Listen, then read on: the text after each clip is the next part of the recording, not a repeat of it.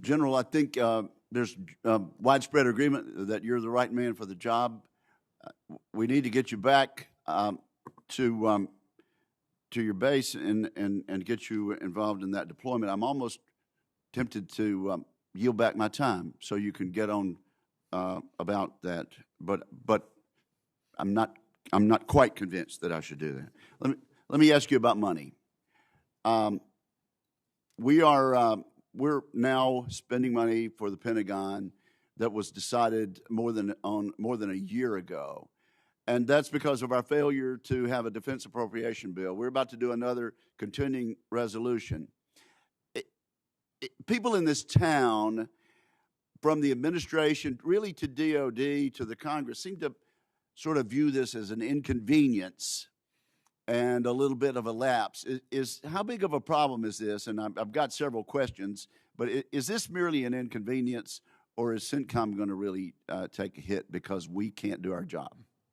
Senator, I can't speak on behalf of CENTCOM, but I can tell you my personal experience in 18th Airborne Corps.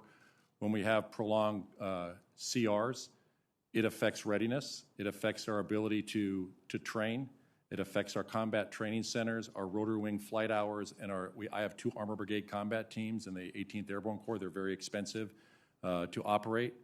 It affects modernization. It can disrupt modernization. I have an Armor Brigade combat team that's in a year-long modernization window.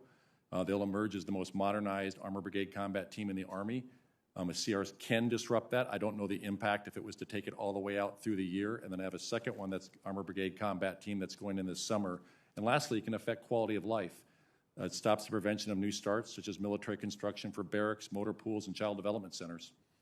Okay, well, maybe I may be speaking to the choir about this in this room, but it seems so when we bring this up, and any number of members of this committee bring it up, people nod and agree with you, and yet we're just going to be quite relaxed next week about going to another continuing resolution. Let me ask you about the stands that were formerly Soviet Republic, and I'm looking at the map here, General, and I see Uzbekistan, Turkmenistan, Tajikistan, and Kyrgyzstan, and then the massive geographic area of Kazakhstan, which covers 5 time zones. Why are they important to us in the United States? And what difference did it make in their leadership seeing how we left Afghanistan and what I view as a major debacle? Senator, they're very important. That is an area also that I think we compete with Russia and China. I think with the departure from Afghanistan, there is some security interests that we share with them, and that is in terms of those that border on Afghanistan, particularly Uzbekistan and Tajikistan. I think we have shared interest on the VEOs and areas that we could potentially partnership with them on the border security to prevent the expansion of the VEOs from coming into their area. But you haven't started this job yet, but you're anticipating that you will. Has the leadership of these 5 former Soviet republics acted differently after seeing what happened last August in Kabul? Senator, I am not sure, and if confirmed, that is an area that I would take a hard look at.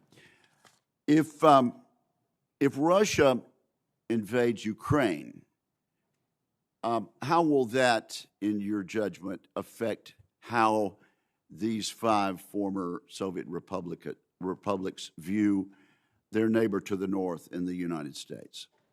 Senator, I believe they would have some concerns with Russia invading Ukraine, as that would look to expand potentially their one of their former locations.